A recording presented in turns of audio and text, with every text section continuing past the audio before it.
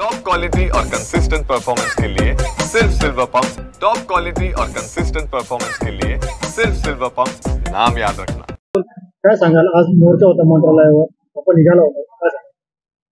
सर्वप्रथम मी या राज्य शासनाची जाहीर निषेध व्यक्त करत होते यासाठी की या सर्व आदिवासी महिलांना अंडाभर पाण्यासाठी मुंबईला जावं लागतं, मंत्रालयात जावं लागतं, हे निंदनीय बाब आहे।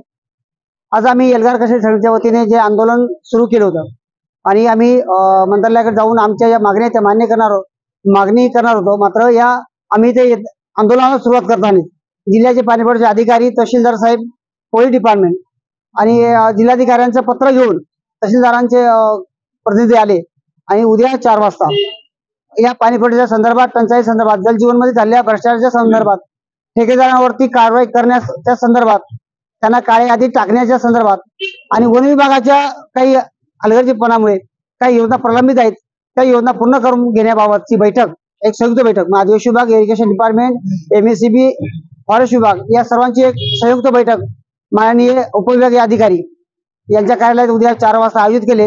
त्यामुळे आम्ही हे जे आमचं आजचं आंदोलन जे होतं अंडा मोर्चा, तो आम्ही तात्पुरता 2 दिवसासाठी स्थगित करतोय। 2 दिवसानंतर आमचं झालं नाही तर आम्ही कुणालाही न कळवता, कुठल्या शासनाला किंवा प्रशासनाला, पोलिसांना न कळवता आम्ही मुंबई गाठणार।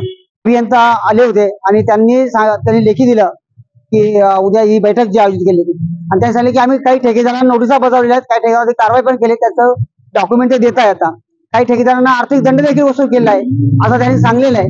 आणि उद्या त्या बैठकीमध्ये आमचं समाधान झालं नाही तर आम्ही जे मुंबईला जाणार जे पाणी आहे, मी आपल्या चॅनलच्या माध्यमातून सांगतोय आणि सरकारला इशारा देतोय, मी पोलीस डिपार्टमेंटला इशारा देतोय की आम्ही यानंतर कोणालाही कळवणार नाही आणि मुंबईला जाणारा जो पाणी पुरवठा आहे तो आम्ही कोणत्याही क्षणी तो आम्ही थांबवू आणि आमचं आंदोलन अधिक तीव्र करू।